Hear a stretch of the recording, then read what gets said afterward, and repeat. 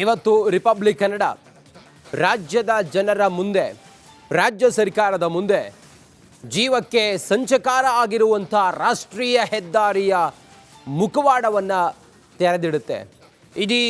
ಇಡೀ ಊರನ್ನೇ ಸೀಳಿ ಸಾಗಿದಂಥ ರಾಷ್ಟ್ರೀಯ ಹೆದ್ದಾರಿ ಜನರ ಬದುಕಿನ ಮೇಲೆ ಹೇಗೆಲ್ಲ ಪರಿಣಾಮ ಬೀರಿದೆ, ಜನರ ಬದುಕಿಗೆ ಹೇಗೆಲ್ಲ ಮಾರಕವಾಗಿದೆ ಅನ್ನೋದನ್ನು ಇವತ್ತು ತೆರೆದಿಡುತ್ತೆ. ಬೆಂಗಳೂರು ಹೊಸಪೇಟೆಯ ನಡುವೆ ಯಮಸ್ವರೂಪಿ ಹೆದ್ದಾರಿಯನ್ನು ಇವತ್ತು ರಿಪಬ್ಲಿಕ್ ಕನ್ನಡ ಇಡೀ ಊರನ್ನೇ ಎರಡು ಭಾಗವನ್ನಾಗಿ ಮಾಡಿರುವ NH50ಯ ಕರಾಳತೆಯನ್ನು ತೆರೆದಿಡುತ್ತೆ. ಹೆದ್ದಾರಿ ಹಾದು ಹೋಗಿರೋದ್ರಿಂದ ಊರೇ ಎರಡು ಭಾಗ ಆಗಿದೆ. ಗ್ರಾಮಸ್ಥರಿಗೆ ನಿತ್ಯ ತಪ್ಪದ ನರಕ ಯಾತನೆ. ಜಿಲ್ಲಾಡಳಿತದಿಂದ ಕೂಗಳತೆ ದೂರದಲ್ಲಿರುವಂಥ ರಾಷ್ಟ್ರೀಯ ಹೆದ್ದಾರಿ ಇದು. ಹೆದ್ದಾರಿಯಲ್ಲಿ ಪ್ರತಿನಿತ್ಯ ಸಾವಿರಾರು ವಾಹನಗಳು ವೇಗವಾಗಿ ಓಡಾಡ್ತವೆ.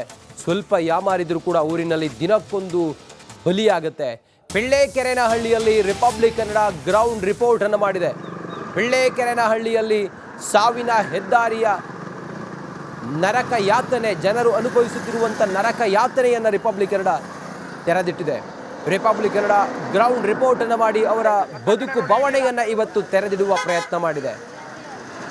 ಜೀವಕ್ಕೆ ಬೆಲೆ ಇಲ್ವಾ? ಎಷ್ಟು ಸಾವಾಗಿದೆ, ಎಷ್ಟು ಜನ ಕೈಕಾಲು ಕಳ್ಕೊಂಡಿದ್ದಾರೆ, ಎಷ್ಟು ಜನ ಅಪಘಾತಕ್ಕೆ ಸಿಕ್ಕಿ ತಮ್ಮ ಬದುಕನ್ನು ಈ NHIL ಈ ರಾಷ್ಟ್ರೀಯ ಹೆದ್ದಾರಿ 50ಕ್ಕೆ ಅರ್ಪಿಸಿದ್ದಾರೆ.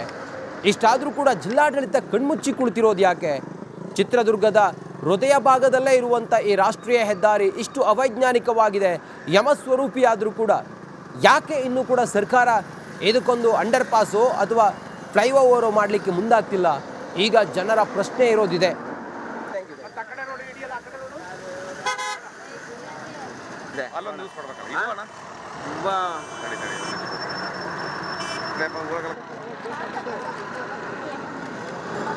ನಮಸ್ಕಾರ, ರಿಪಬ್ಲಿಕ್ ಕನ್ನಡದ ವಿಶೇಷ ಕ್ಯಾಂಪೇನ್ಗೆ ಸ್ವಾಗತ. ನಾನು ರಂಜಿತ್ ಶಿರಿಯಾರ್.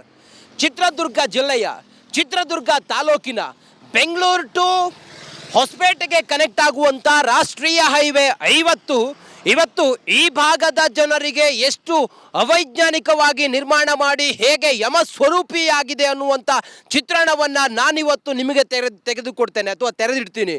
ನೋಡಿ, ನಾನು ನಿಂತಿರುವಂಥ ಜಾಗ ಇದು ಬೆಂಗಳೂರು ಟು ರಾಷ್ಟ್ರೀಯ ಹೈವೇ, ಬೆಂಗಳೂರು ಟು ಹೊಸಪೇಟೆಗೆ ಕನೆಕ್ಟ್ ಆಗುವಂಥ NH50. ಈ ರಾಷ್ಟ್ರೀಯ ಹೈವೇ ಎಷ್ಟು ಅವೈಜ್ಞಾನಿಕವಾಗಿ ಕೂಡಿದೆ ಅಂತ ನೋಡಿದರೆ, ರಾಷ್ಟ್ರೀಯ ಹೈವೇಯಲ್ಲಿ ಸಹಜವಾಗಿ ಬರುವಂಥ ವೆಹಿಕಲ್ಗಳ ಸ್ಪೀಡ್ 120ರಿಂದ 150ರವರೆಗೂ ಕೂಡ ಇರುತ್ತೆ. ಏಕವಾಗಿ ಬರುವಂಥ ಈ ಹೈವೇ 2 ರಸ್ತೆಗಳಿಂದ ಕೂಡಿದೆ. ಈ ರಸ್ತೆಯಲ್ಲಿ ಪಿಳ್ಳೆಕೆರೆನಹಳ್ಳಿ ಅನ್ನುವಂಥ ಊರು ಕೂಡ ಬರುತ್ತೆ. ಇಲ್ಲಿ ಸುಮಾರು ಒಂದು 5,000 ಜನ ಈ ಊರಿನಲ್ಲಿ ವಾಸ ಇದ್ದಾರೆ. ಆದರೆ ಈ ಊರಿನ ಜನರಿಗೆ ಆ ಊರಿನ ಹಾದು ಹೋದಂಥ ಇದೊಂದು ಯಮಸ್ವರೂಪಿ ಹೈವೇ ಇದೆಯಲ್ಲ, ರಾಷ್ಟ್ರೀಯ ಹೈವೇ ಇದೆಯಲ್ಲ, ಜನರ ಜೀವಕ್ಕೆ ಸಂಚಕಾರವಾಗಿದೆ. ಎಷ್ಟು ಜನ ಈ ಊರಿನ ಮೇಲೆ ಹಾದು ಹೋಗುವಂಥ ಈ ರಾಷ್ಟ್ರೀಯ ಹೈವೇ NH50ಯಿಂದ ಜೀವ ತೆತ್ತಿದ್ದಾರೋ ಅನ್ನೋದಕ್ಕೆ ಲೆಕ್ಕವೇ ಇಲ್ಲ. ಯಾವಾಗ ಈ ಹೈವೇಯ ಕಾಮಗಾರಿ ಆರಂಭವಾಯಿತು ಅವತ್ತಿನಿಂದಲೂ ಕೂಡ ಈ ಭಾಗದ ಜನ ಇದಕ್ಕೆ ವಿರೋಧವನ್ನು ವ್ಯಕ್ತಪಡಿಸ್ತಾ ಇದ್ರು. ಹೋರಾಟಗಳು ನಿರಂತರವಾಗಿ ಆಗ್ತಾ ಇತ್ತು. ಆದರೆ ಇದ್ಯಾವುದಕ್ಕೂ ಕೂಡ ಇಲ್ಲಿನ ಆಡಳಿತ ವರ್ಗ ತಲೆಕೆಡಿಸಿಕೊಳ್ಳದ ಪರಿಣಾಮ ಇವತ್ತು ಈ ಯಮಸ್ವರೂಪಿ ಹೈವೇ ಜನರ ಜೀವಕ್ಕೆ ಸಂಚಕಾರ ಆಗಿದೆ. ಇಲ್ಲಿ ಶಾಲೆ ಇದೆ, ಇಲ್ಲಿ ಆಸ್ಪತ್ರೆ ಇದೆ. ಇಲ್ಲಿ ಮತದಾನ ಮಾಡಬೇಕು ಅಂತ ಹೇಳಿದರೆ ಇದೇ ಶಾಲೆಯ ಬೂತ್ಗಳಲ್ಲಿ ಬಂದು ಮತದಾನ ಮಾಡಬೇಕು. ಇದು ಈ ಪಿಳ್ಳೆಕೆರೆನಹಳ್ಳಿಗೆ ಪ್ರಮುಖವಾದಂಥ ರಸ್ತೆ. ಆ ಊರಿನ ಮೇಲೆ ಹಾದು ಹೋದಂಥ ಇದೊಂದು ಹೈವೇ ಯಮಸ್ವರೂಪಿಯಾಗಿ ಜನರ ಜೀವದ ಜೊತೆಗೆ ಚೆಲ್ಲಾಟ ಆಡ್ತಾ ಇದೆ ಅನ್ನೋದು ಕೂಡ ಇಲ್ಲಿ ಭಾಳ ಸ್ಪಷ್ಟವಾಗಿ ಗೊತ್ತಾಗುತ್ತೆ. ಈ ಯಮಸ್ವರೂಪಿ ಹೈವೇಯಿಂದ ಆಗ್ತಾ ಇರುವಂಥ ಪರಿಣಾಮ, ಜನರ ಜೀವದ ಮೇಲೆ ಆಗುತ್ತಿರುವಂಥ ಪರಿಣಾಮವನ್ನು ರಿಪಬ್ಲಿಕ್ ಕನ್ನಡ ಇವತ್ತು ಯಮಸ್ವರೂಪಿ highway Bengaluru to Hosapete national highway 50ರ ಚಿತ್ರಣವನ್ನು ನಿಮ್ಮ ಮುಂದೆ ಎಳೆಯಾಗಿ ತೆರೆದಿಡ್ತಾ ಹೋಗುತ್ತೆ. ಕ್ಯಾಮ್ರಾ ಪರ್ಸನ್ ರಾಕೇಶ್ ಜೊತೆಗೆ ನಾನು ರಂಜಿತ್ ಶಿರಿಯಾರ್, ರಿಪಬ್ಲಿಕ್ ಕನ್ನಡ. ಇನ್ನು ಯಮಸ್ವರೂಪಿ ಈ ರಾಷ್ಟ್ರೀಯ ಹೈವೇ ನ್ಯಾಷನಲ್ ಹೈವೇ 50ರ ಬಗ್ಗೆ ರಿಪಬ್ಲಿಕ್ ಕನ್ನಡ ಇವತ್ತು ಸರ್ಕಾರದ ಮುಂದೆ ಈ ಯಮಸ್ವರೂಪಿ ಹೈವೇಯ ಕರಾಳತೆಯನ್ನು ತೆರೆದಿಡ್ತಾ ಇದೆ. ನಾವು ಅಲ್ಲಿ ಹೋಗಿದ್ವಿ, ಅಲ್ಲಿನ ಜನರ ಜೊತೆಯಲ್ಲಿ ಮಾತಾಡಿದ್ವಿ. ಊರನ್ನೇ ಸೀಳಿಕೊಂಡಂಥ ಸೀಳಿ ಹೊರಟಂತ ಆ ಹೈವೇಯ ಕರಾಳತೆಯನ್ನು ತೆರೆದಿಟ್ಟಿದ್ವಿ. ಈಗ ಆ ಊರಿನವರೇ ಆದ ಸಿದ್ದೇಶ್ ಅವರು ನಮ್ಮ ಜೊತೆಲಿ ಸಂಪರ್ಕದಲ್ಲಿದ್ದಾರೆ. ಸಿದ್ದೇಶ್ ಅವರೇ ನಮಸ್ಕಾರ. ಹಲೋ ಸಿದ್ದೇಶ್ ಅವರೇ ನಮಸ್ಕಾರ. ನಮಸ್ಕಾರ ಸರ್. ನಮಸ್ಕಾರ. ನಾವು ಮೊನ್ನೆ ಬಂದಾಗ ತಾವಿದ್ರಾ? ಇದ್ವಿ ಸರ್, ನೀವು ಬಂದಾಗ ಇದ್ವಿ. ಓಕೆ. ಸರ್ ಸರ್ ಇಡೀ ಊರಿಗೆ ಊರನ್ನೇ ಸೀಳ್ಕೊಂಡು ಹೋಗಿದೆ ಸಿದ್ದೇಶ್ ಅವರೇ ಈ ಹೈವೇ. ಹೌದು ಪಾಪ ಜನ ನಾವು ನೋಡಿದಾಗ ಎಷ್ಟು ಸಾವಾಗಿದೆ, ಎಷ್ಟು ಜನ ಕೈಕಾಲು ಕಳ್ಕೊಂಡಿದ್ದಾರೆ, ಎಷ್ಟು ಜನ ಬದುಕನ್ನೇ ಈ ಹೈವೇಗೆ ಹೌದು ಅರ್ಪಣೆ ಮಾಡಿಬಿಟ್ಟಿದ್ದಾರೆ. ಹಿಂಗಿದ್ರು ಕೂಡ ಯಾಕೆ ಈ ಜಾಣ ಕುರುಡುತನ? ಹೌದು ಸರ್, ಇದು ಹಳೆ ಪಿಳ್ಳೆಕರ್ನಹಳ್ಳಿಯಿಂದ ಗೌರ್ಮೆಂಟ್ ಸ್ಕೂಲ್ ಇರೋದು ಹೈವೇ ದಾಟ್ಕೊಂಡೆ ಹೋಗ್ಬೇಕು. ದಾಟ್ಕೊಂಡು ಹೋಗ್ಬೇಕು ಅಂತಂದ್ರೆ ಸುತ್ತರ್ಕೊಂಡ್ ಬರಕ್ಕೆ 500 ಮೀಟರ್ ಇಂದ ಹಿಡಿದು 1 ಕಿಲೋಮೀಟರ್ ಆಗುತ್ತೆ ರೌಂಡ್ ಹೊಡ್ಕೊಂಡ್ ಬರ್ಲಿಕ್ಕೆ. ಅವ್ರು ಏನ್ ಮಾಡ್ತಾರೆ, ಹಳ್ಳಿ ಜನ ಏನೆಲ್ಲ ಸೀದಾ ಹತ್ರ ಆಗುತ್ತೆ ಅಂತ ಹೇಳಿ ಹೈವೇ ದಾಟ್ಕೊಂಡು ಹೋಗ್ತಾರೆ. ಬಹಳ ಆಕ್ಸಿಡೆಂಟ್ಗಳು ಆಗ್ತವೆ, ಕೈ ಕಾಲು ಮುರ್ಕೊಂತಾರೆ, ಸಾಹಸ ಮಾಡ್ತಾರೆ. ಅದಕ್ಕೋಸ್ಕರ ನಮಗೆ ಅಂಡರ್ ಬ್ರಿಡ್ಜ್ ಬೇಕು ಅಂತ ಹೇಳಿ ರಸ್ತೆ ತಡೆ ಮಾಡಿದ್ವಿ ಸರ್ ನಾವು ಹಿಂದೆ. ಎಲ್ಲ ರಸ್ತೆ ತಡೆ ಮಾಡಿದ್ವಿ. ಆದ್ರೂ ಅವರು ಪೊಲೀಸ್ ಪ್ರೊಡಕ್ಷನ್ ಇಂದ ರಸ್ತೆ ಉದ್ಘಾಟನೆ ಮಾಡಿದ್ರು. ಉದ್ಘಾಟನೆ ಮಾಡಿ ಅದನ್ನ ಮಾಡ್ಕೊಡ್ತೀವಿ ಅಂತ ಹೇಳಿ ಸುಳ್ಳು ಹೇಳಿ ಇವತ್ತಿನವರೆಗೆ ಅವ್ರು ಮಾಡ್ಕೊಟ್ಟಿಲ್ಲ. ಸ್ಟೀಲ್ ಬ್ರಿಡ್ಜ್ ಮಾಡ್ಕೊಟ್ಟಿಲ್ಲ, ಅಂಡರ್ ಪಾಸ್ ಮಾಡ್ಕೊಟ್ಟಿಲ್ಲ. ಈ ಕೇವಲ ಚಿತ್ರದುರ್ಗದಿಂದ 1 ಕಿಲೋಮೀಟರ್ 1.5 ಕಿಲೋಮೀಟರ್ ದೂರದಲ್ಲಿದೆ ಪಿಳ್ಳೆಕರ್ನಹಳ್ಳಿ. ಬಹಳ ಸಂಕಷ್ಟದಲ್ಲಿದೆ. ಅದು ಚಿಕ್ಕ ಮಕ್ಕಳು ಇಲ್ಲಿ ರಸ್ತೆಯಿಂದ ಹೊರಗಡೆ ಹೋಗ್ಲಿಕ್ಕಾಗ್ಲಿ, ಆಮೇಲೆ ಶಾಲೆಗೆ ಹೋಗ್ಲಿಕ್ಕಾಗ್ಲಿ ಆಗ್ತಾ ಇಲ್ಲ. ಆಮೇಲೆ ಏನೇ ಅಂದ್ರೂ ಆ ಕಡೆಯಿಂದ ಈ ಕಡೆ ಬರಕ್ಕೆ, ಈ ಕಡೆಯಿಂದ ಆ ಕಡೆ ಇದೆ. ಟೆಂಪಲ್ಗಳೆಲ್ಲ ಇದು ಊರ್ ಒಳಗಡೆನೆ ಇದೆ. ಆಮೇಲೆ ನಾವು ಏನೇ ಎಲೆಕ್ಷನ್ ಏನೇ ಬೂತಿಂಗ್ ಬಂತು ಅಂದ್ರೆ ಇಡೀ ಊರೆಲ್ಲ ರಸ್ತೆ ದಾಟ್ಕೊಂಡೇ ಹೋಗ್ಬೇಕು.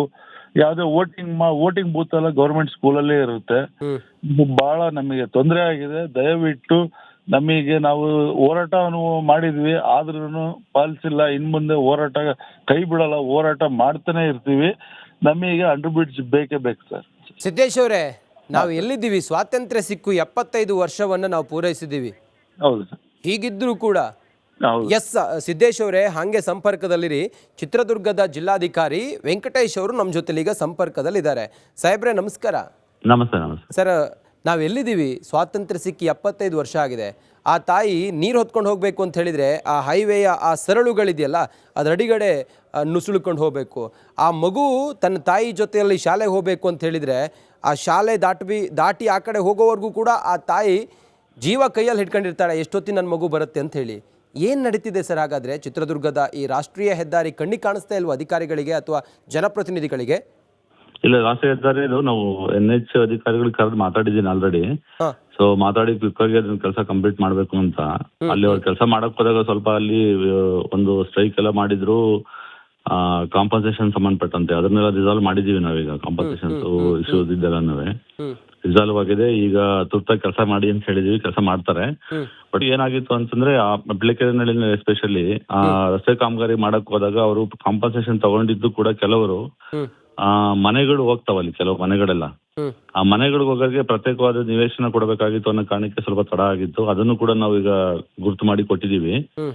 ಸೊ ಒಂದು ಸಭೆ ಮಾಡಿ ಇಮಿಡಿಯೇಟ್ ಆಗಿ ಅವ್ರಿಗೆ ನಿವೇಶನ ಕೊಟ್ಬಿಟ್ಟು ಶಿಫ್ಟ್ ಮಾಡಿ ಇಮಿಡಿಯೇಟ್ ಕೆಲಸ ಮಾಡಕ್ಕೆ ಹೇಳಿದೀವಿ, ಇನ್ಸ್ಟ್ರಕ್ಷನ್ ಕೊಟ್ಟಿದ್ದೀನಿ ಆಲ್ರೆಡಿ. ವೆಂಕಟೇಶ್ ಸರ್, ವಿಚಾರ ಅದಲ್ಲ ಸರ್, ತಾವು ಹೇಳಿದ್ರಲ್ಲ ಈಗ ಕಾಂಪನ್ಸೇಷನ್ ಕೊಟ್ರಿ, ಅಲ್ಲಿನ ಜನರಿಗೆ ನಾವು ಮನೆ ಕಳ್ಕೊಂಡವರಿಗೆಲ್ಲ ಅನುಕೂಲ ಮಾಡಿಕೊಟ್ಟಿ, ಅದೆಲ್ಲ ವಿಚಾರ ಸರ್. ಆ ಕಡೆ ಶಾಲೆ ಇದೆ, ಇಡೀ ಊರನ್ನೇ ಸೀಳ್ಕೊಂಡು ಹೈವೇ ಹೋಗಿದೆ. ಒಂದು ಅಂಡರ್ ಪಾಸ್ ಬೇಕು ಅನ್ನೋದು ಅವ್ರ ಒತ್ತಾಯ ಸರ್. ಒಂದು ಫ್ಲೈಓವರ್ ಬೇಕು ಅನ್ನೋದು ಅವ್ರ ಒತ್ತಾಯ ಸರ್. ಇಲ್ಲ, ಫ್ಲೈಓವರ್ ಕೂಡ ಮಾಡ್ಲಿಕ್ಕೆ ಅಲ್ಲಿ ಏನಾಗಿದೆ, ಫ್ಲೈಓವರ್ ಕೂಡ ಮಾಡ್ಲಿಕ್ಕೆ ಸ್ಯಾಂಕ್ಷನ್ ಮಾಡಿಕೊಟ್ಟಿದ್ದಾರೆ. ಫ್ಲೈಓವರ್ ಕೂಡ ಮಾಡ್ಬೇಕು ಒಂದು ಅಂತ ಹೇಳಿ 3-4 ಬಾರಿ ಕೆಲಸ ಮಾಡಕ್ ಹೋದಾಗ್ರು ಕೂಡ ಅಲ್ಲಿ ಜನಗಳು ಅದನ್ನ ಮಾಡಕ್ಕೆ ಸ್ವಲ್ಪ ವಿರೋಧ ವ್ಯಕ್ತಪಡಿಸಿದ್ರು. ಇಲ್ಲಿ ಮಾಡಬಾರ್ದು, ಅಲ್ಲಿ ಬರ್ತದೆ, ಇಲ್ಲಿ ಬರ್ತದೆ ಅಂತ. ಅದನ್ನ ನೀವೆಲ್ಲ ನೆಗೋಷಿಯೇಟ್ ಮಾಡಿ ಹೇಳಿದೀವಿ ನಾವು, ಅರ್ಥ ಮಾಡಿಸಿ ಜನಕ್ಕೆ. ಈ ತರ ತೊಂದರೆ ಆಗುತ್ತೆ, ನೀವು ಕೆಲಸ ಮಾಡಕ್ ಬಿಡಬೇಕು, ಇಲ್ಲಾಂದ್ರೆ ಸಾರ್ವಜನಿಕರಿಗೆ ತೊಂದರೆ ಆಗುತ್ತೆ ಅಂತ ಹೇಳಿದೀವಿ.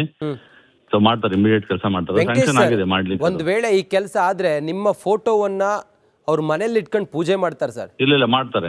ಸ್ಯಾಂಕ್ಷನ್ ಆಗಿದೆ. ಇನ್ನೆಷ್ಟು ದಿನ ವೆಂಕಟೇಶ್ ಸರ್, ಇಲ್ಲೊಂದು ಅಂಡರ್ ಪಾಸ್ ಆಗೋದಕ್ಕೆ ಇನ್ನೆಷ್ಟು ದಿನ ಸಮಯ ಹೋಗ್ಬೋದು ಸರ್? ಇಲ್ಲ, ಅಂಡರ್ ಪಾಸ್ ಇಲ್ಲ, ಅಲ್ಲಿ ಫ್ಲೈಓವರ್ ಮಾಡ್ತಾ ಇದ್ದಾರೆ. ಒಂದು ಫ್ಲೈಓವರ್ ಸ್ಯಾಂಕ್ಷನ್ ಆಗಿದೆ ಮೇಲೆ ಮಾಡ್ಲಿಕ್ಕೆ. ಅಲ್ಲಿ ಕೆಲಸ ಮಾಡಕ್ ಶುರು ಮಾಡ್ತಾರೆ ಇಮಿಡಿಯೇಟ್ ಆಗಿ. ಅಲ್ಲಿ ಆಕ್ಚುಲಿ ಶುರುವಾಗಿ ತುಂಬಾ ದಿವಸನೇ ಆಗಿದೆ ಅದು ಕೆಲಸ ಮಾಡ್ಲಿಕ್ಕೆ. ಅಲ್ಲಿ ಜನ ವಿರೋಧ ಮಾಡಿದ್ರು ಅಂತ ತಡ ಮಾಡಿದ್ರು. ನಾವು ಅವ್ರ ಕರೆದೆಲ್ಲ ಕನ್ವಿನ್ಸ್ ಮಾಡಿದೀವಿ, ಈ ತರ ತೊಂದರೆ ಆಗುತ್ತೆ, ದಯವಿಟ್ಟು ನೀವು ಅರ್ಥ ಮಾಡ್ಕೊಳ್ಳಿ, ಸಾರ್ವಜನಿಕರಿಗೆ ತೊಂದರೆ ಆಗುತ್ತೆ ಕೆಲಸ ಮಾಡಕ್ ಬಿಡ್ಲಿಲ್ಲ ಅಂದ್ರೆ ಅಂತ. ಸೊ ಮಾಡಿಸ್ತೀವಿ, ಇಮಿಡಿಯೇಟ್ ಮಾಡಿಸ್ತೀವಿ. ವೆಂಕಟೇಶ್ ಸರ್, ನಿಮ್ಮಂತ ನಿಮ್ಮಂಥ ಡೈನಾಮಿಕ್ ಆಫೀಸರ್ಗಳಿಂದ ಖಂಡಿತ ಸಾಧ್ಯ ಸರ್. ಅಲ್ಲೊಂದು ಫ್ಲೈಓವರು, ಅಂಡರ್ ಪಾಸು ಖಂಡಿತ ಅಥವಾ ಮಾಡ್ತೀವಿ. ಜನರ ಬದುಕಿಗೆ ಒಂದು ಆಸರೆ ಆಗಲಿಕ್ಕೆ ಖಂಡಿತ ನಿಮ್ಮಂಥ ಸಿನ್ಸಿಯರ್ ಆಫೀಸರ್ಗಳಿಂದ ಸಾಧ್ಯ. ಆದಷ್ಟು ಬೇಗ ಅವರಿಗೊಂದು ಅನುಕೂಲ ಮಾಡಿಕೊಡಿ ಸರ್. ಖಂಡಿತ ಖಂಡಿತ. Thank you so much Venkatesh sir ನಮ್ಮ ಜೊತೆಲಿ ಮಾತಾಡಿದ್ದಕ್ಕೆ. ನೋಡಿ, ಚಿತ್ರದುರ್ಗದ ಜಿಲ್ಲಾಧಿಕಾರಿಗಳು ನಮ್ಮ ಜೊತೆಲಿ ಮಾತಾಡ್ತಾ ಹೇಳ್ತಾ ಇದ್ರು, ನಾವು ಕೆಲಸ ಶುರು ಮಾಡಿದ್ದೀವಿ, ನಿಮ್ಮ ವರದಿಯಿಂದ ನಮಗೆ ಇನ್ನಷ್ಟು ಕೆಲಸ ವೇಗವಾಗಿ ಮಾಡುವಂಥ ಚೈತನ್ಯವು ಬಂದಿದೆ. ಆದಷ್ಟು ಬೇಗ ನಾವು ಅಲ್ಲಿನ ಜನರ ಬದುಕಿಗೆ ಈ ಮಾರಕವಾಗಿರುವಂಥ ಈ ರಾಷ್ಟ್ರೀಯ ಹೈವೇ ಇತ್ತಲ್ಲ, ಹೆದ್ದಾರಿ NH50, ಯಮಸ್ವರೂಪಿಯಾಗಿದ್ದಂಥ ಈ NH50 ಇದೆಯಲ್ಲ, ಜನ ಆ ಕಡೆಯಿಂದ ಈ ಕಡೆಗೆ, ಈ ಕಡೆಯಿಂದ ಆ ಕಡೆಗೆ ಓಡಾಡೋದಕ್ಕೆ ನಾವು ವ್ಯವಸ್ಥೆಯನ್ನು ಮಾಡಿಕೊಡ್ತೀವಿ ಅನ್ನೋ ಮಾತನ್ನು ಹೇಳಿದ್ದಾರೆ. ಕೇವಲ ಇದು ಮಾತಿಗೆ ಮಾತ್ರ ಸೀಮಿತವಾಗಿರದೆ ಎಷ್ಟೋ ಜನ ಆ ರಾಷ್ಟ್ರೀಯ ಹೆದ್ದಾರಿ NH50ಯಲ್ಲಿ ಪ್ರಾಣ ಕಳ್ಕೊಂಡಿದ್ದಾರೆ, ಕೈಕಾಲು ಕಳ್ಕೊಂಡಿದ್ದಾರೆ, ತಮ್ಮ ಬದುಕೇ ಅಲ್ಲಿ ಸರ್ವನಾಶ ಆಗಿದೆ. ಹೀಗೆಲ್ಲ ಇರುವಾಗ ಅವರ ಬದುಕಿಗೆ ಆಸರೆ ಆಗಬೇಕಾಗಿದೆ.